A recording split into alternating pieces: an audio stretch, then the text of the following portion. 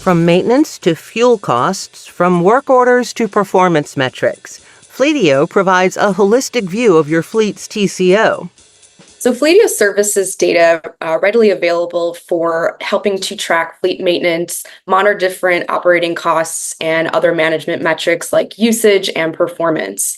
Fleets can then use this data to optimize their processes by tracking things like fuel costs and leaning on that data to identify trends or opportunities where you're ultimately able to save money related to fuel consumption. Some of the data endpoints that we capture right now are vehicles, vehicle assignments, fuel, parts, work orders, service issues, and inspections.